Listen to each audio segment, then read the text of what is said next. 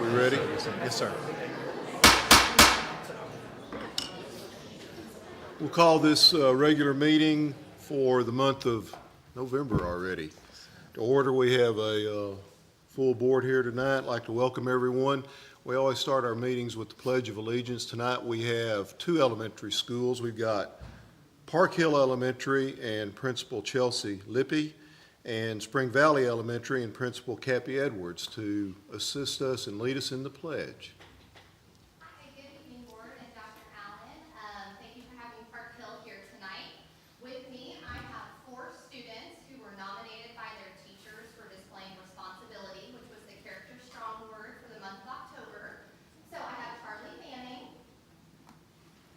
Juliana Alvarado, Lillian Demery, and Abram Alvarado. And yes, those two are siblings. Grader and third, right? Yeah, got it, okay.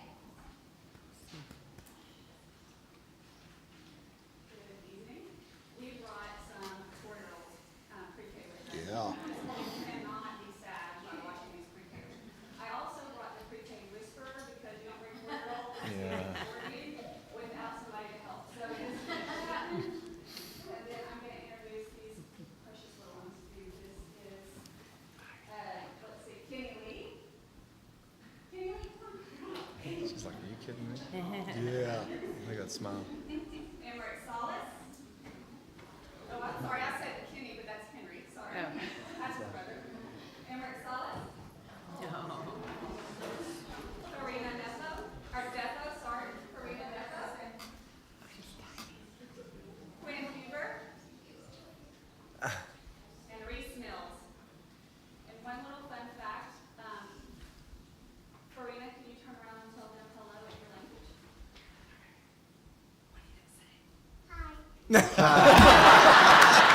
That works in America too.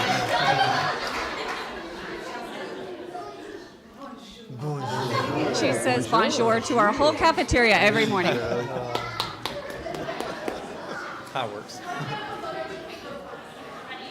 Ready, big smile? 1, 2, 3. Oh, good job. Here we go.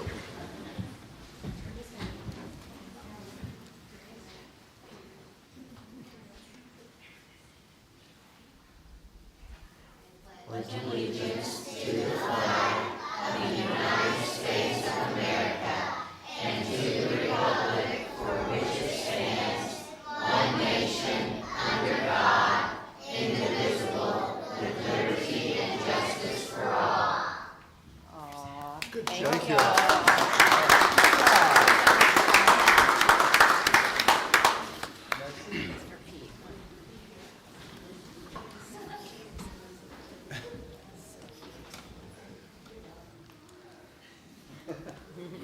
Thank you all so much. All I can tell you is having listened to a lot of student-led pledges, they knocked it out of the park. Yeah, it's awesome. Yeah.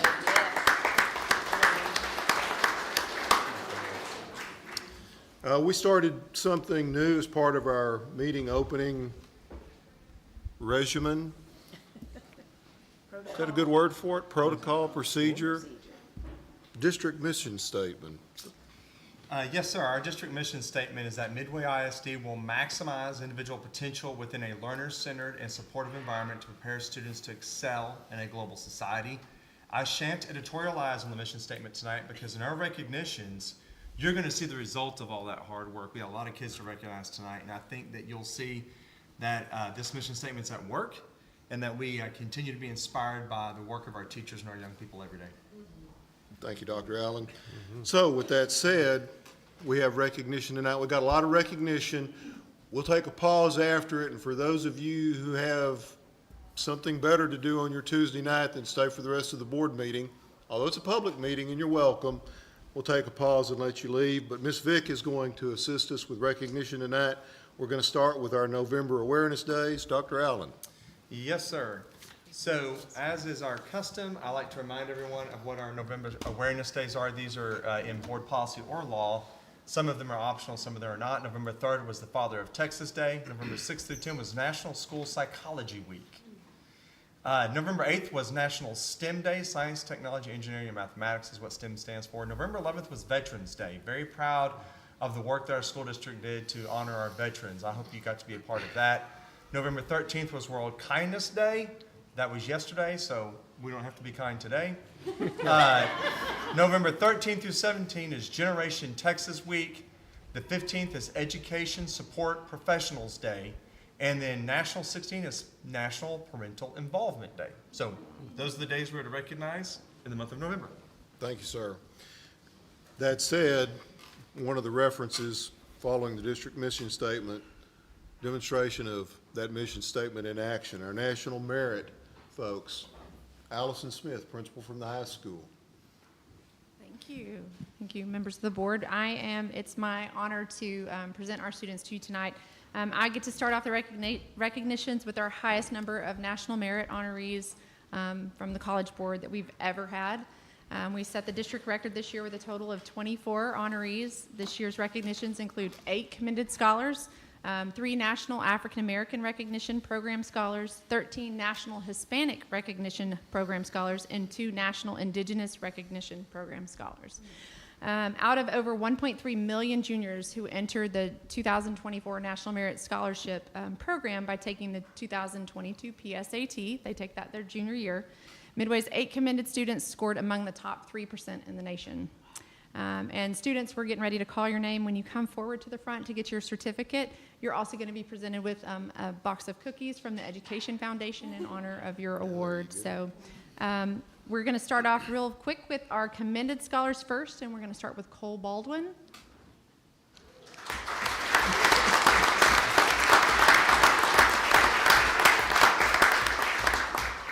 Next is Sam Espen.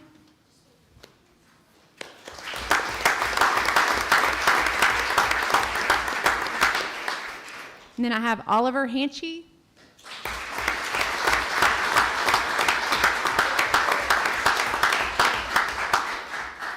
Isaiah Hilkeman.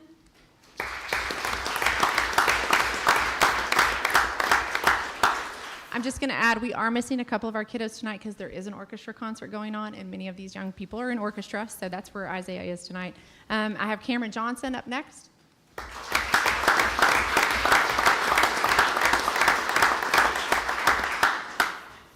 Next is Jonathan Melikar.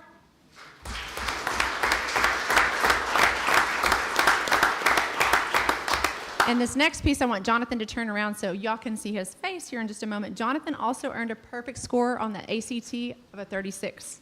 So.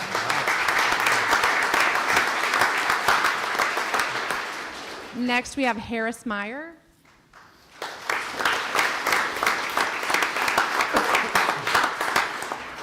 And in the commended group, we have Priya West is our last one in that group. And Priya, I know she's at the orchestra concert as well. So our next group is our National African American Recognition Scholars, and I have Sailada Bodu.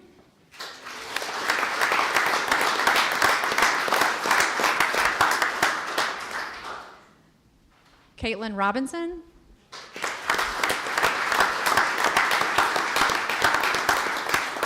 And then Javen Watson.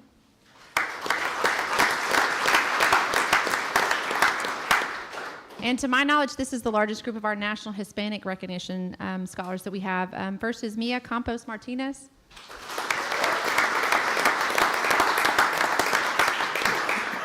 Zoe Hernandez.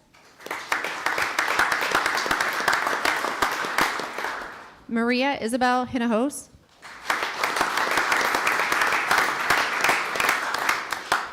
Carolyn Lopez. Luis Lopez.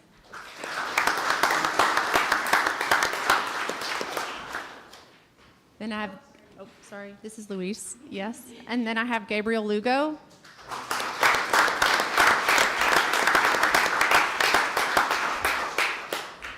Javier Gonzalez Sanchez.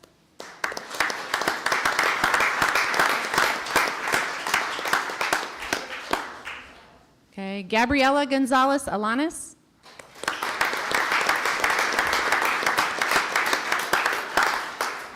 And is the last name Alanis?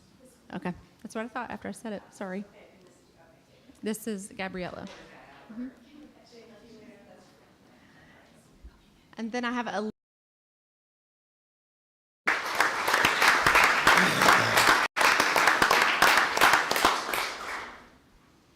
Adriana Salazar.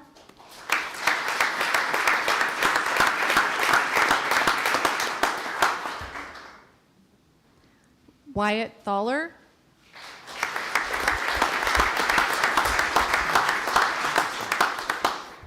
Elena Torres de Jesus. And I know I'm probably butchering all the names. And then Javen Watson as well. He qualified for this category as well, so he wasn't here. So. And then our last two National Indigenous Recognition Scholars is Riley Graham. And then Wyatt Thaler as well. And that's our group for tonight. It's a huge group. Congratulations, guys.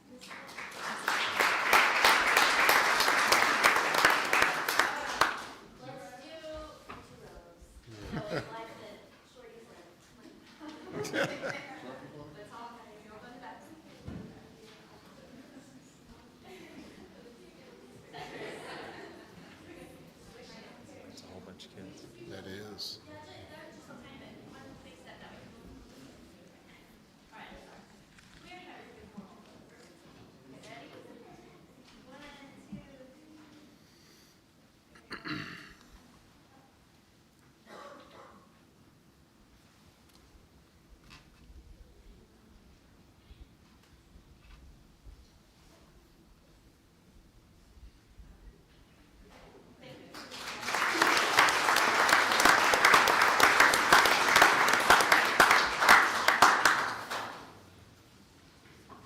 Next up on recognition, we've got state cross country, Brad Shelton presenting. Hey, good evening.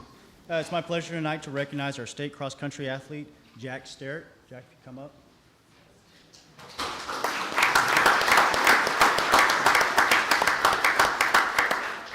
Jack competed in the 6A UIL state cross-country meet earlier this month in Round Rock.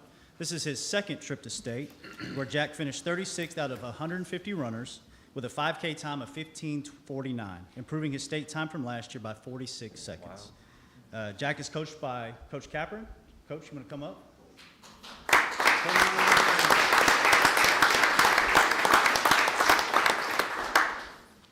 Excellent season.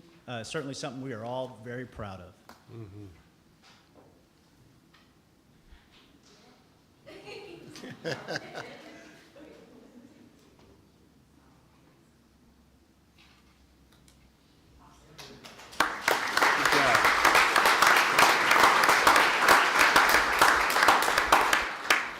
Next up, we have the BEST Award, and I'm going to let Dr. Knutson explain what that is. Thank you so much. I have the distinct honor tonight to recognize one of our learning coaches, Liz Hagans. Liz, if you'll come on to the front.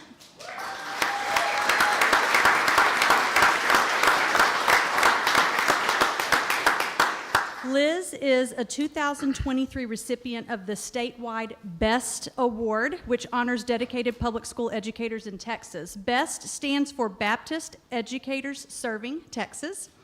This award is presented to select graduates of Texas Baptist institutions who currently serve in our Texas public school system. Liz is a graduate of Baylor University, and she's one of just 9 public school educators in the state who were selected this year. She has been an educator in Midway since 2012. She taught 7th and 8th grade English and has been a mentor teacher to our Baylor student interns. She's also received District Teacher of the Year honors in 2016, and she's now a learning coach that serves our high school campus, and we're very blessed to have you, Liz. Congratulations.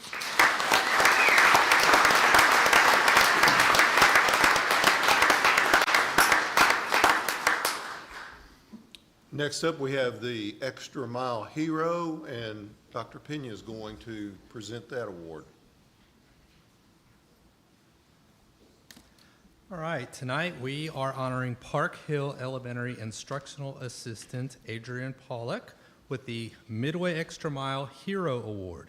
Ms. Pollock is being recognized for her remarkable attentive to notice a first grader struggling to breathe in a room full of students and quickly respond. So in October, Park Hill Elementary first grader Gabrielle Olmstead was eating lunch when she started choking on a strawberry and began having trouble breathing. That's scary. Thanks to Ms. Pollock's exceptional alertness and swift action, she immediately noticed that Gabrielle was in distress in a room with hundreds of students. Without hesitation, she ran to Gabrielle and did a finger swipe to clear her throat so she could breathe again. Gabrielle's mom, Sarah Olmstead, said the following: "I am so grateful for her quick action and for her being so aware and in tune with what was going on in the lunchroom.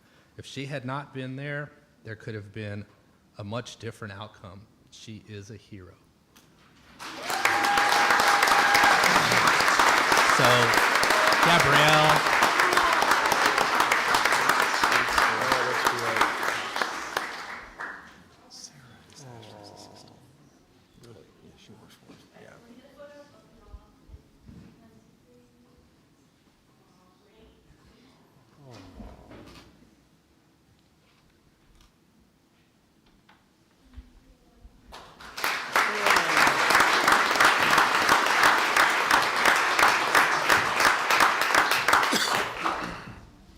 And our last recognition of the evening, the Heart of Texas Readers' Choice Awards. Dr. Allen.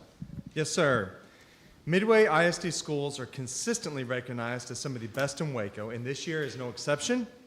The district once again swept the best public school categories in the Waco Tribune-Herald Heart of Texas Readers' Choice Awards, with 3 campuses voted first place for 2023. Best public elementary school is Chapel Park Elementary, with Kim Hawkins as their principal.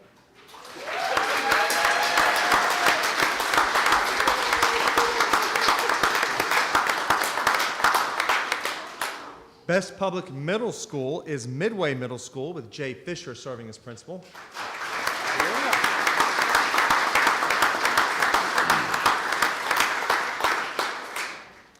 In best public high school is Midway High School, with Allison Smith serving as principal. Almost called you.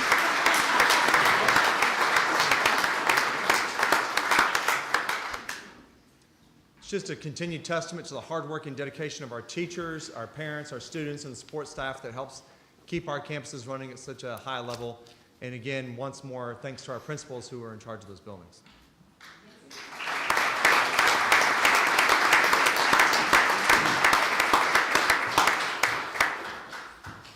Congratulations again to all of our award recipients tonight, and this concludes our recognition. So we'll take a brief pause for those of you who might have something else you need to go do.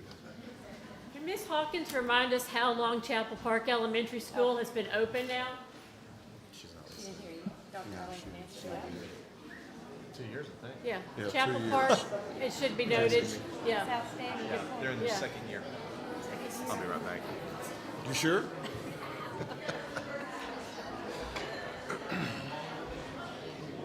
Ms. Higgins is my sweet friend. No, no. Ms. Higgins is my sweet friend from Harris Creek. And she was one of the few such only during COVID that was doing Get out of here. face-to-face and virtual. Because it was just her and her subject. And she said a good day is when I get home at the end of the school day. That's fine. It was just the fact that we're still having her. Yeah, it's still together. It would be interesting to have somebody that studies and pays attention to all that stuff tell us how many years in a row Sarah Oski got that award. Because I can actually probably figure that out.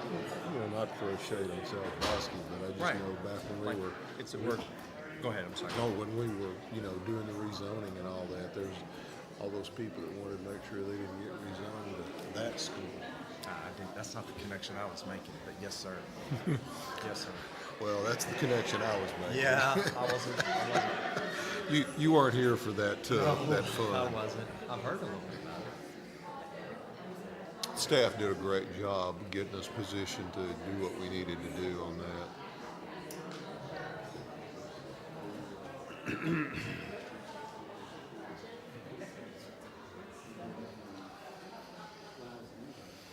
the over-under on the meeting ending tonight? We both said 8:30. Okay. The long part's over now. What basketball? Oh, really? Just the first game? What these guys do wrong, have to stay. On the West Coast? Now they're playing here, but it's a doubleheader with the women, so they play at 6:30. They're just Brown's punishing them for something. Absolutely. Wesley, you're already up there and ready to go. Yes, sir, I'm ready. You've got the low number on the over-under for the meeting end, right? Efficient. He's efficient. I like it. All right, good evening, members of the board. Our financial report for the month of October, the second month of the 2024 fiscal year, second of 10 months this year for our fiscal year. On the first page, you'll see there we compare our general fund expenses at the end of October from this year to last year. That percentage down there at the bottom. We've spent 18.6% of our budget at this point, and last year we were at 19.5%. So just kind of a good metric to see where we are after the first couple of months. We feel pretty good about our budget and falling within that range. We also have on pages 5 through 8 of this report, we have our monthly enrollment reports, where it shows our enrollment at the first of each month. And so you can see just by grade span there, we have it divided by the high school, middle school, and elementary. We have 121 more students at the 1st of November than we did last year, an increase of 1.4%. That's at the elementary level, 32 more students, middle school, 11 more students, at the high school, 78 more students, which is typical. Most of our growth is usually at the elementary or the high school. You see a lot of transitions from other schooling options. Once they get into high school, you kind of see a bump there in our 9th grade typically. We will have our financial audit report to present at the December board meeting, so our auditors will be here to present that and give a report. So any questions you have at that time, we'll be happy to answer on our 2023 fiscal year audit. What's our percentage year-over-year growth at this point? Enrollment growth? Yeah. It's usually 1%, maybe a little over 1% each year. Last year was a little higher because we added pre-K, and we added, and it was kind of just the recovery from COVID. A lot of kids coming back. But before COVID, it was usually 1 to 1.5%, like we saw this year. Any questions? I like the high attendance rate for the first month. Let's keep that going. Yes, and subsequent to this report, I did get preliminary second 6 weeks numbers, and they were strong also. Usually the second 6 weeks we kind of dip after the first, but it actually went up a few students, and our attendance percentage was still strong at 96.5%. Yeah. I see our ADA numbers starting to show up on here now too. Do we feel pretty good about where that is, or do we know where that's going to kind of land? We do, and I'll start kind of putting a projection where we'll project to finish the year next month. But we do, after the first 6 weeks, I kind of thought, maybe we won't quite hit it, but our second 6 weeks, like I said, was strong, so I feel good that we'll hit our budget. Okay. Other questions for Wesley? How's that bake sale coming? I'm sorry? How's that bake sale coming? Oh, the Or is bake it- sale. Still working on it. All right, very good. Thank you, Wesley. We appreciate it. Proposed 24-25 calendar. Dr. Odejima.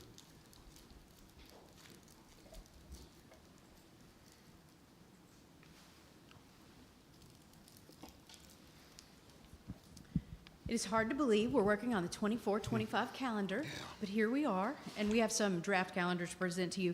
So tonight we'll talk about the process we've been through to date, the trends that we've seen throughout that process, some considerations in addition to our surveys, and then the drafts that we have, and you have copies of those drafts in your board packet as well. So as far as the process goes, in late October we sent a poll to parents and students. So we sent that through Parent Square to any campus, or all campuses, I should say.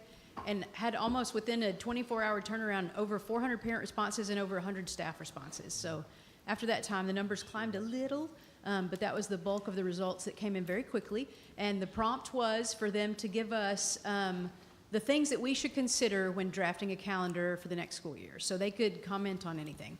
So at that same time, we also began drafting a calendar with the teaching and learning team that would include the required pieces. So we could move days around a bit, but we had to have our required minutes accounted for, the holidays accounted for, the number of teacher work days that are required by law, all those kinds of things. So we began that draft. When the majority of the poll information was in, we disaggregated that data to identify some trends with the help of ChatGPT. We also tweaked the draft calendar to reflect some of those trends identified, and then presented the draft to the exec team as well as the teaching and learning directors. And then, after those eyes had been on the calendar, we took our initial draft to the MAS committee. So the MAS committee is composed of 2 teachers from every campus in the district, as well as administrators, as well as district level folks, business members, and parents. And they looked at the draft and gave feedback, and then also proposed 2 additional versions. So based on their comments, we created 2 additional versions with the feedback we received. And then we let the principals, directors, and coordinators look at those 3 versions. And then tonight, we bring that to you to look over. After this evening, we'll submit, in the week we get back after Thanksgiving break, we'll submit those drafts to our Midway employees and let them vote on their preference, and then we'll bring that selected calendar back to you in December for approval. So as far as the trends we identified historically, and then also again in the findings this year from our data, we know that parents and teachers want a full week at Thanksgiving, 2 full weeks in winter break. Usually that's depending on when the Christmas holiday falls as to where those happen, and this year it works out great. They want to end school before Memorial Day, and then they want a consideration for an early fall break as well as a late fall break, or excuse me, a late winter break when that works out with those holidays that are embedded there, and then to align it with Baylor and MCC calendars as well. The other piece that we found is that in addition to just the holiday breaks, which is primarily what the outside trends identify, as far as academics go, there was a need to look at a balance in the fall and spring semesters, like the number of days reporting. We want to end the fall semester by the winter break, so there's usually fewer days in the fall than there is in the spring semester because of that. There's a desire to start school not on a Monday, but midway through the week at some point in time so that we can establish those routines and things, and then our younger kiddos can gain some stamina and some routines to get them ready for being in school every day. We wanted time in August for new and returning staff to plan together. So we've traditionally done some different things, but the time together seemed to be important for planning and preparing. There were also some professional learning things that rose to the surface, like having training closer to the time that you would actually implement the skills that you worked on in this training. Because if we offer professional learning in June, the first chance a teacher has to apply any new learning to classroom instruction is not till mid to late August, if not September, and that's a long time to not be able to practice new information that you've picked up. We also wanted to provide training after new employees have been hired, and we'll bring out that highlight here in a moment as well. Time for both district and campus professional learning to take place prior to the start of school, so we wanted everyone to have enough time to feel like they've covered what they need to cover. Work days are always a priority for our teachers in order to prepare their classrooms and also lesson plans. And then we wanted some ongoing professional learning opportunities embedded throughout the year for our teachers. We'll talk about that a little bit too.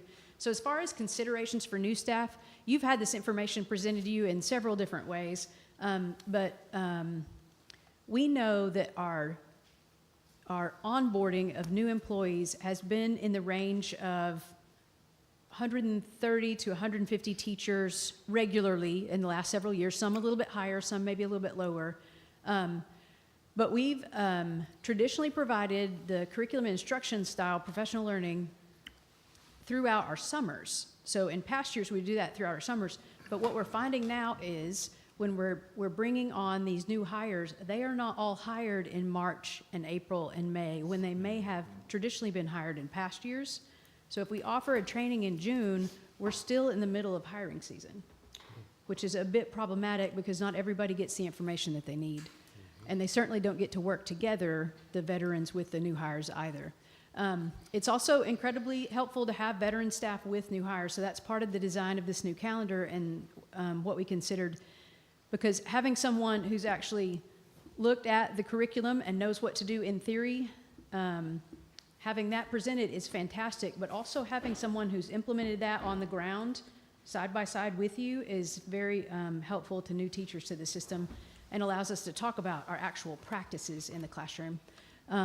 Because we've onboarded so many teachers, we think it's important to have what we're calling veteran teachers, which may be, if we onboarded 140 teachers this year, it means that we've got that many teachers who are only serving in their second year in Midway next year alongside the other teachers that are in their first year. So we do have some staff that would benefit from hearing information again and being able to ask questions and attend these professional learning sessions.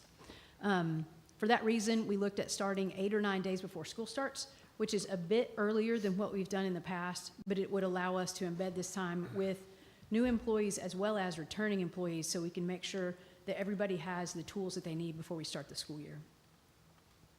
The other consideration is just best practice professional learning. Research tells us that professional learning is more effective when it is content focused. So we want to work closely with teachers with the materials that they'll actually use as they teach in the classroom. So not general terms, but specifically what they need. And we can do this if we have the time ahead of the calendar to do that.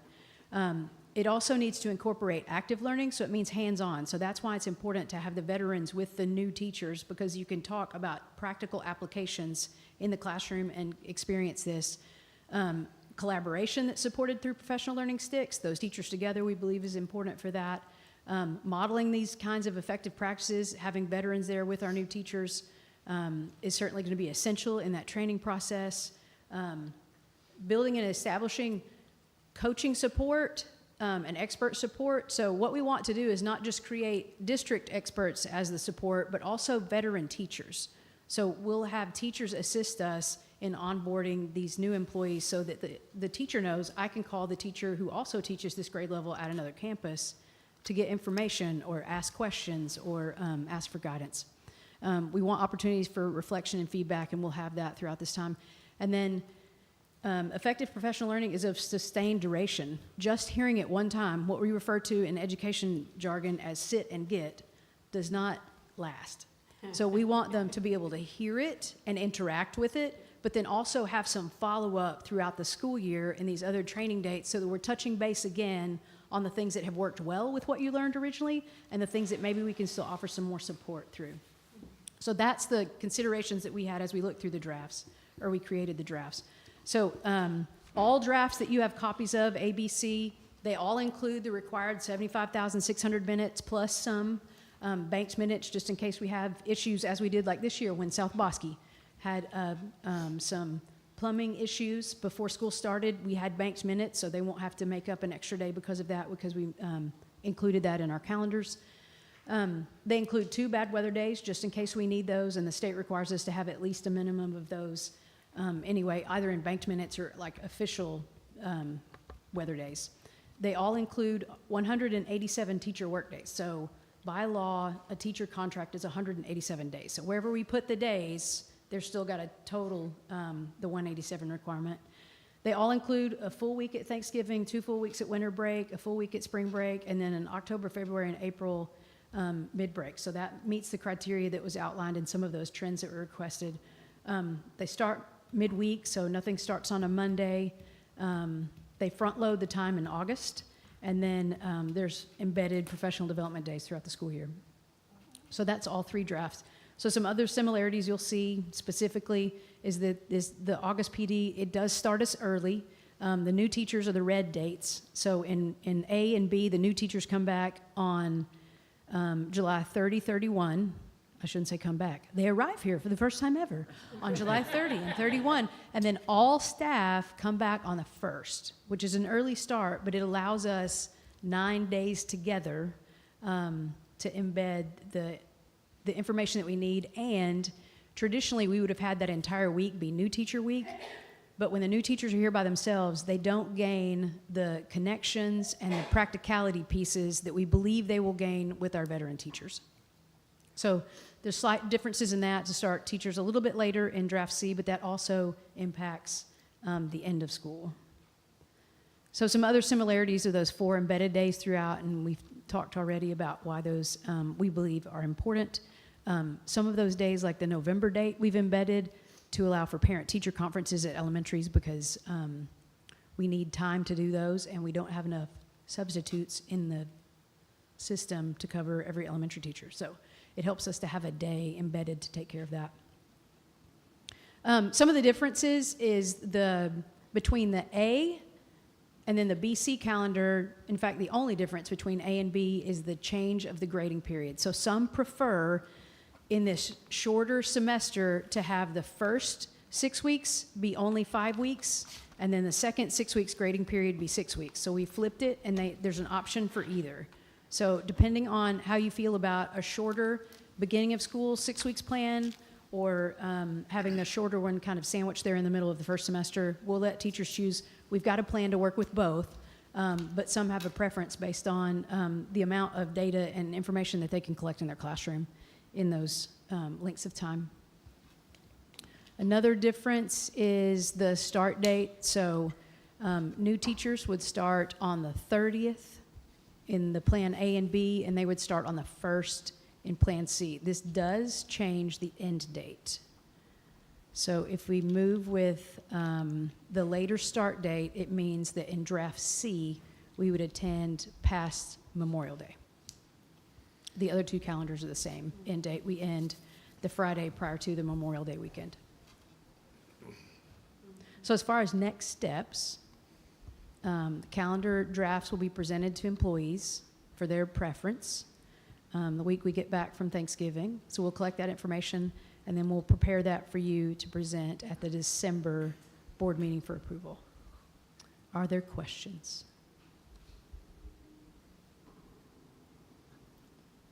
So looking at the last day on the A and B versus the C, is the assumption that the graduation would be on that green square day as well, or would it be on the Friday under Plan C? Do we know?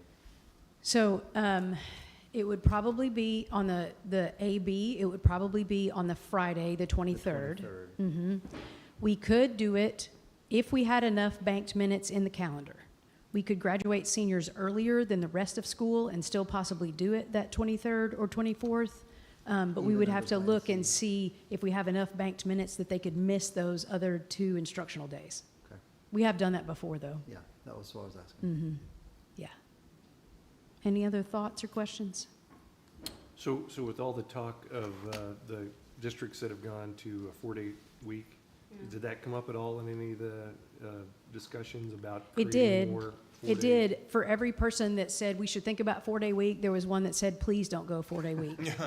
So it was pretty much a wash Yeah. on the trends. There was as many for as against, or that mentioned or said, please don't. And And then some didn't mention at all. And I've heard you guys say, I don't know what that stat is, that 30-some-odd% of our weeks are already 4-day weeks based on the calendar. Is that right? That was true in this There's year's quite a calendar. few. I haven't calculated it all Yeah, needs. I haven't looked It's a at it lot. specifically. Yeah. But with those October, what were they? The October, it's these, some of these. Oh, it's this. There's an October, a February, and an April mini break. So that adds some of those days. And then the professional development days, there's at least 2 each semester. Half are on Friday and half are on Monday. And this calendar doesn't reflect the federal holidays on Mondays, which create de facto 4-day weeks regardless of what we do. That's true. I mean, Yes. there's not. The other thing I'll mention, I think there's 15 of them. Well, I just thought that was a great stat. Yeah, Because I even don't the think it would districts vary have by gone much. 4 days, I mean, they still don't have 100% 4-day weeks, right? I mean, That's they're right. still- Right. Mm-hmm. And your teachers I mean, by law, I don't know how you get around that unless they do District of Innovation or something, but like their teachers are still contractually supposed to be there 187 days. How many parents do we have on this committee that helped put this together? There are 5 parents, I believe, that were at that meeting. Or there may have been less at that meeting, but there's that many on the committee. I just heard a little talk about all the Fridays, all the 4-day weeks we have scheduled, and how it's a little hard on some people that work, and so looks like we're doing that again, but I just didn't know what the feedback was. There were some pieces of the poll that said, put longer breaks together so that you can prepare for childcare, because the random days here and there were difficult. But then there were just as many that asked for those mini breaks like we had this year in October and February.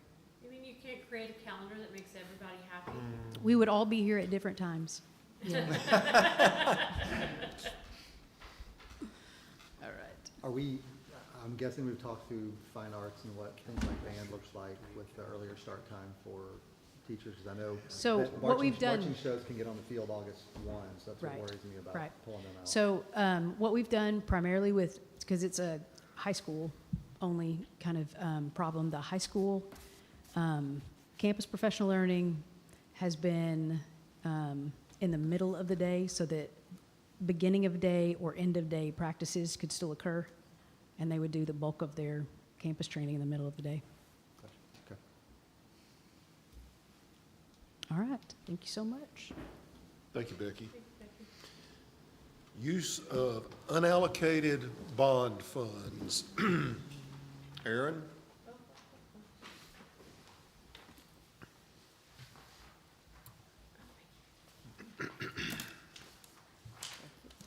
All right, so back in August, I had a personal record for the longest presentation. I don't know if you remember. It was 30 minutes, and some of my coworkers, made sure they pointed that out. But this time, I'm going to make up for it, and it should be my shortest, possibly. It's only a few slides. Well, in that presentation back in August, we went over the safety audit that we conducted in the spring of last year. And in all seriousness, we did have lots and lots of strengths, which is just really nice that we went over. But then we also had some areas where we can have some enhancements to our security measures. And here at Midway ISD, we do take the security of our students and our schools very seriously, and so I wanted to go over just some of the plans that we have in place and potentially get your blessing on the funding for those plans. So we'll just jump right in. First of all, one of the areas where we really want to invest is the additional smash-resistant film. As a matter of fact, if you look on the sheet that Dr. Allen handed out, there is a little more detail, but we are going to be having every campus that has students in it just a much needed upgrade to our windows. One thing to point out about the smash-resistant film is it also helps in the event of a tornado or a debris that might be flying, and it won't come through our windows. It won't penetrate. And so that's one of the areas. It's a little bit pricey, but I do think it's well worth the investment. We also are making lots of improvements. Already, currently, we're making a lot of improvements with our lighting across the district. We're repairing and replacing fixtures, especially in those areas that are just dark. But then we also have some areas where we're going to be bringing new lighting. For example, that street, I believe it's called O. Hewitt Road. We have some projects ready to go there. And then also cameras. We are adding cameras on every campus, and then every campus is getting at least 2 additional cameras, but some are getting quite a lot more, depending on the need. It really helps our security personnel and our administrators to just have eyes all over the campus if need be. especially in those exterior door areas. You can just pull up the system and see if there's any suspicious activity that you need to take a look at. And so that's an area that we're doing well in, but we can always make some improvements. And then finally, the one I'm really excited about is the exterior doors access control. So all of our campuses will be retrofitted with the door position sensors. I'm not going to go into all that they can do. It's really some cool technology that's going to be put in place there, but basically we'll be able to tell if a door is propped open. And you know, we have those security audits every month, the door audits, and so that's a human being walking around, but we're going to have a layer of technology to help us in that area as well. And there's a lot more that it can do. Once we have those installed, we encourage you to come out and we'll let you see what we have in place. So what we're requesting is for $1.5 million of the bond fund savings to be allocated for these and a few other safety and security enhancements for the district. So that's the general breakdown, but in front of you, you have just a little bit more information as far as the cost estimates. So on the security cameras, did we not, on like the new campuses like Park Hill, do we not have adequate cameras on the new buildings? We do. However, there's always, as you have kids in the building and you have just experiences, there's always some areas where you could have, maybe one or two more, but it's mostly in our other buildings, particularly our high school, middle school, that need the additional cameras. And then we're also, we're upgrading some cameras, so some of our older cameras, we're getting newer cameras, just have a better picture. We're constantly trimming trees, repositioning, and so that's just kind of a work in progress. We're always improving in that area. Cameras are all recorded, yes? So we're able to Yes. use them to go back if there's a question? Yes, we can go back to a certain point, but yes, sir, absolutely. Okay, I remember catching some little tidbit that the legislature, part of what they're working on, the security funding for districts, but there was something about it would only be for new projects, not ones that you've already done, that you couldn't submit to get reimbursed. So all that say, I don't know if you've thought about that and the timing of these projects. I mean, really Austin's got to figure out what they're doing, but I'd hate to do these projects and then find out after the fact we could have got them reimbursed somehow. And there are some grants, and as a matter of fact, we have and listed on there some of what's being paid for from a previous grant. Yeah. And then there was another grant that we were hoping that we might be able to tap into and we didn't qualify for. So a lot of times there's strings attached, and certain districts with higher low SES percentages may qualify and then others don't. So, but yeah, absolutely. Anytime there's money, we're looking to tap into it. Best you can, just look into that and yes, sir. Maximize. It's worth noting that right now today, we have, in round numbers and based on conversations Wesley and I have had, about $3.8 million of unallocated bond funds. How much? Can you say that? 3.8. Okay. Did I say 3.8? Yes, sir. Okay. 3.8 mil in unallocated. So this 1.5 would take that down from that number. So we have a significant amount that we can work with to try and upgrade our safety, and it still leaves us some flexibility in some other areas. That number came back a little stronger than we first thought, but once the project's all closed out and we're all done, y'all know how it goes. When the final, I hate to use the word final settle up, but the most final settle up we have today, that number came back in the 3.8 range. Anything you want to add to that, Wesley? Okay. So, under the Guardians, it talks about the rifles. I thought we were gonna have handguns. Why are we having rifles? Yeah, I was gonna ask about that too. They have their own. It was recommended to us by local law enforcement that we consider a certain number of long weapons that we would keep in case that we should come into a situation where we might need them. What kind of rifle? I defer to you. I'll defer that to Jeff. I'm working with Republican Club down the street to, essentially I told them about what I want, and they invited me to come down and look at different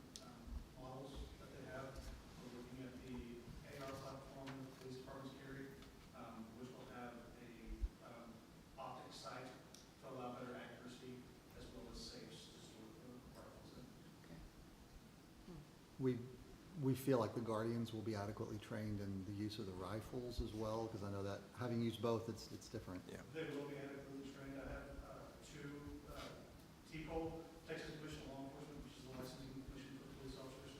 I have two TCOL firearms instructors on our team that are both current. One's a retired police officer, one is currently a police officer. And so they will be providing the training to our guys. They also, all of them have prior experience and prior training with rifles and with handguns. Will we have a certain protocol in place so when they will know when they need to get those rifles out? Will it be pretty cut and dry, or, I mean, I don't want people just going and getting the rifles. I mean, the guardians getting the rifles. Yeah, if the bad guys show up, they'll go get one. Okay. I know that sounds like an awful sort of cut and dry answer, but it's really, if we could have a longer discussion about that in closed session if you want to, but what I'll tell you is every conversation we've had with law enforcement since we started this program was, you probably ought to get them vests, you probably ought to get them rifles. And we've been pushing back, and after our latest conversation with Waco PD, we thought we'd put it in here for consideration. And what we were told was, which really kind of got me, was if a bad guy shows up with a rifle, you're going to be outgunned with a handgun. See, you've got on here the digital sign allocated money at the high school. Where are we with the digital signage issue district-wide?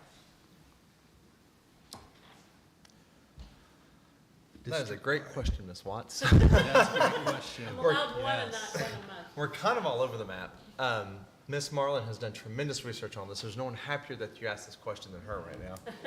But what I would tell you is we have, so everywhere we've done new construction or new work, we're putting in these digital signs.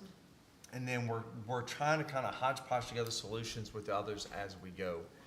Part of the reason the high school one is of particular interest is because of the number of things that are tied to that sign at the corner of Mars and Old Hewitt that tie back to things that we tell people we want to try and do by way of thank yous and recognitions for some of the folks who make donations to education foundations and other groups. And so we need to try and get that fixed. It does also assist us when we're trying to communicate important messaging out to our students in the community. So it needs some work, and so this is what we would imagine. We've got invoices telling us this is how much that'll cost. Is that, you can remind me what it would, do we know what it would cost still to do the signage that we wanted across the district? I know that, I can't recall that figure. It's about 50 to 60,000 per sign. And we have Spring Valley, Castleman, South Bosque, and Woodway that all really want them quite a bit. Hewitt's is the currently newest one that they had, so it would become the oldest, and then that's not counting Spiegelville because there are a number of eyes on it. So are those all manageable through the Daktronics platform, or are they not? So they would all be addressable the same way? Because Hewitt's is not, right? Hewitt would not be, the other ones could all be Daktronics and managed. Centrally, if needed, okay. So we're not even gonna crack $500,000-ish. So, okay, we're just different scale of spending there. And since we're talking about the school, the bond money, how are the playgrounds coming? I know they're under construction in a lot of places. Yeah, if you look at our playgrounds in elementary, there's a lot of darts turning. Ken, do you want to speak to that? Spring Valley should be wrapped up in the next week. They hit rock, putting up the foundations for the shades. Okay. Castleman, they've already broke ground, they're working over there. They're mobilizing that Woodway. All said and done, they hope to be completely done before we break for Christmas. Oh, excellent. Yeah, good. They're on track right now as long as weather cooperates. I don't see why they won't hit those things. Okay, thank you. Good. So this is on the consent agenda, folks. So other questions or discussion now? So I'm not trying to highlight a specific thing, but I'm kind of back to the questions that Ms. Vick was asking on the Guardian section. Is there a particularly pressing reason why we couldn't potentially pause on that until we have more of a closed session conversation on that one piece of this? I mean, is there I don't know how I'm asking the question, but It is within the board's authority Right. to make a motion when we get to the consent piece. We can pull it out and Before I say, tried to make a motion, I approval didn't- of. I just didn't know if there was a accepting. particular reason why we felt like, man, we need to If do you're this asking me, tonight, no, matter sir, what. we don't Okay. have to press on this. Okay. When law enforcement tells you the same thing over and over and over again, at some point you feel the need to lean in. I get that. If we're not comfortable with that, you would hear no pushback from me. I'd say, fine, let's just put pause on it and drive on. I think the vests are kind of important for a couple different reasons, but it would be within the board's purview to do a motion with the exception of that spending. And if you're asking me, like, do we need to press the agenda on this? No, sir. We Could would. we not go ahead and buy the vests immediately out of general fund? We could, if the board approved the use of the bond funds, it immediately is the same. Did I answer your, I can tell I No. didn't answer your question. Can we take that money out of general fund and not, I mean, We could, but I would be taking an INS Yeah. expense from the M&O side of the oh, house. gotcha, okay, gotcha.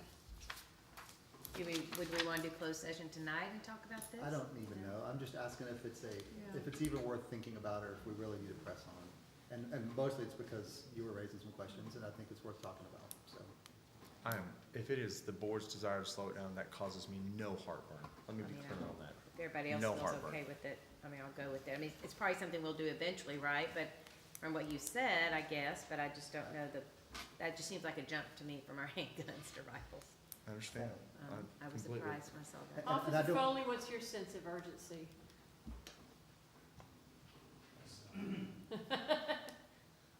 One, Ms. Vick, you mentioned from rifles over with the handguns. These guys will still have their handguns on their sides. Right. The rifles will be an added tool, should they ever need it. My sense of urgency, I agree with Dr. Allen, but at the same time, I also look at the idea of nobody knows when it's gonna happen, and that's to be prepared for when you wanna be prepared for what you don't wanna happen. I also look at, a few years ago, we had the same conversation with the SROs, where, when I was an SRO, we were all equipped with rifles. The high school and both of the middle schools, the officers there do carry rifles, and they have safes in their office that they can access the rifles when they need to. And our argument behind that is, if anybody has gone and shot before, some of our hallways at the high school, I believe our longest hallway is a quarter of a mile long. If I have to take a shot down the hallway, I'm much more accurate with the rifle than I am with a handgun. That's kind of the response to that. There've been many shootings, school shootings, where the shooter had body armor on. These rifles will penetrate body armor and stop the threat better than a handgun. I don't think I knew the high school had rifles, SROs had rifles. Okay, that helps. Explanation.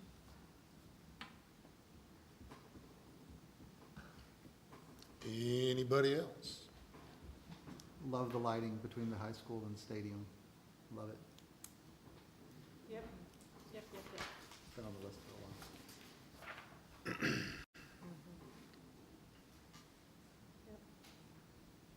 Thank you, Aaron. All right, then, consent agenda. So we got minutes from our October regular meeting. Our wrestling club is a proposed new club at the high school. Our professional development plan for this school year, and then the item we were just talking about, the use of unallocated bond funds. So, anybody wish to remove any item from the consent agenda? If not, do I have a motion to approve the consent agenda? So moved. Motion by Mr. Alford. Second. Second by Mr. Tullis. All in favor say aye. Aye. Any opposed? That motion carries. Adopt a resolution casting our votes on the McLennan Central Appraisal District Board for the year 2024. I don't know if we need any presentation from anybody. Y'all have looked at the board packet. Y'all know we had a brief discussion earlier about appraisal district board and changes that the legislature has put on that. we are one of the 4 entities that have enough votes basically to ensure we elect somebody. Currently. One last year perhaps. So I would move that we cast all of our ballots for our nominee, Mr. Green. That is a long. I'll second that. Did you move? I'm sorry, I wasn't. I did. You did. I second Thank you, that. Ms. Vick. So motion and a second by Ms. Vick. Any discussion? If not, all in favor say aye. Aye. Any opposed? That motion carries unanimously. Thank you, Jonathan. Thank you, Jonathan. Yep, thanks.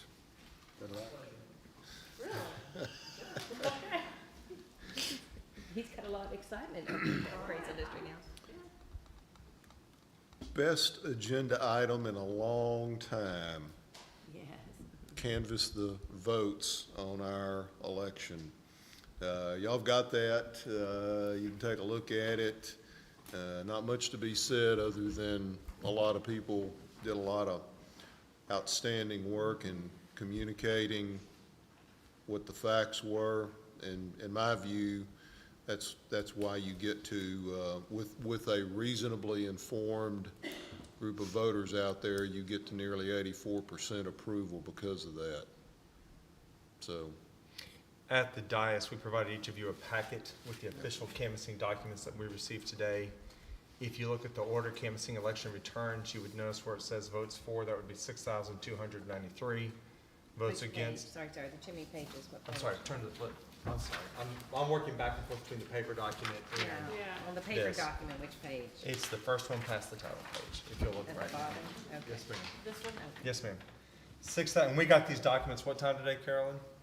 1:30, 2 o'clock almost? So we got these turned around fairly quickly, we'd have them to you digitally. 6,293 votes for, 1,292 votes against. And so that's what would go in those blanks on that order canvassing election, which is, to Mr. Russick's point, 83% and some change. I thought it was almost Exciting. 84. Yeah. I was rounding up, I was just rounding slightly, up, just yeah. slightly. Almost 0.9 something. Well, congratulations, that's a really amazing turnout. Yeah.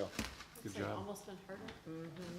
But I think it needs to be said that Dr. Allen's efforts to communicate to the community should not go unnoticed. I personally attended, 5 or 6 of them. Bless your heart. And so, I mean, we wouldn't be in this position without Dr. Allen's efforts and Ms. Marlin as well, so. Yeah, they worked very hard, lots of hours, lots of meetings. would it be You were appropriate to everywhere. recognize our community campaign support? Yeah. Well, shout out to parent Lisa Corzel Mhm. for, golly, what didn't she do? From, getting signs out and texts and social media, and just hit the ground running and did a whole lot of work in a very short amount of time. So I want to commend her as well, and the people that, her arms and, hands and feet that helped get signs out and so forth. Definitely.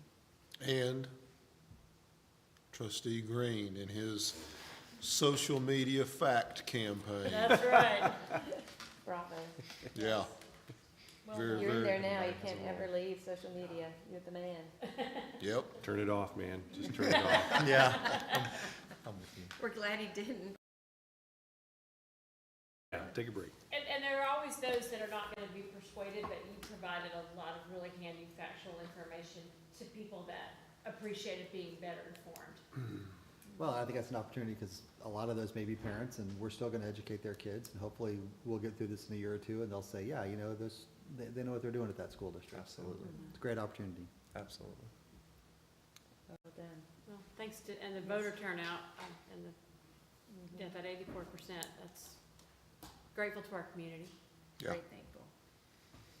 So with that, I make a motion that we approve the order that's in the board packet to be filled out as Dr. Allen just indicated. So moved. Second by Ms. Watts. All in favor say Whatever. aye. Aye. Any opposed? Motion carries. That one. Yeah, that one. I'm just excited. You're so excited to ask. Consideration of personnel, we have none. That's correct. And we don't need to go into closed session on personnel. Yes, sir. That's what we want to hear. But we do want to hear from the superintendent on his communications. Limited this evening. There's a couple things I'll touch on very, very briefly. I would say that I hope that what the takeaway from the results of the election is that our community believes in our teachers. Our teachers know that seeing this robust turnout of voters and it being nearly 84% in the affirmative means that the community that we live in and the community that sends their children to our schools believes in our teachers. And despite some of the rhetoric that might come out of Austin about everything that's wrong, and how much our teachers are not appreciated, the people who are actually sending their children to school every day and have the most accurate information about what's going on in our public schools love and support their teachers. And so I would hope that that's the takeaway. The second comment I have tonight is very simply that I hope everyone enjoys a wonderful Thanksgiving break next week. I know that may seem trite, but we have a lot of folks who will be off for the week. Some will be traveling, and I hope everyone gets to have the opportunity to enjoy time with their families. I hope in particular those who are charged with preparing all the meals and doing all that work, which in our society is disproportionately female. I'm looking at all the moms out there. You know who I'm talking to. It's a week off for some of us, and for others it's a lot of hard work. Make somebody get up and come help you. Y'all need to get off your feet for a little while. So with that, I have no further comments. May I offer that hashtag to the rest of the staff? Yes, ma'am. Given that we've got a few things going on in Austin, having returned from some time in El Paso with El Tasby this weekend and hearing from Representative Mary Gonzalez out in that district, we were reminded that all of us can be part of legislative advocacy. It's simple typing on your social media account, and here's how.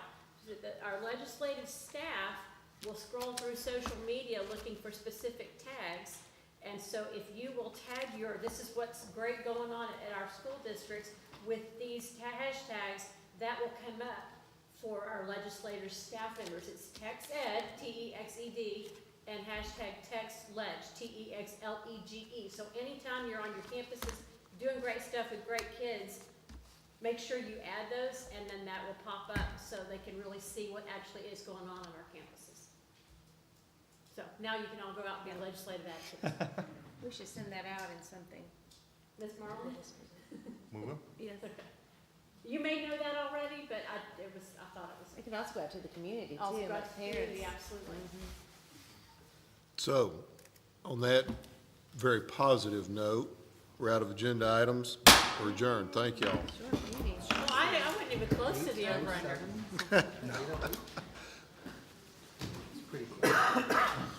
What? I have made myself a mental note that I've not followed through on. Okay. So I'm gonna do it now before I forget. Staff member at South Austin came to me and I've got photos. I know. You didn't hear me. I fell over. I fell over in my chair. And I had to crawl back up. I mean, you were looking at me, so you didn't see it all, but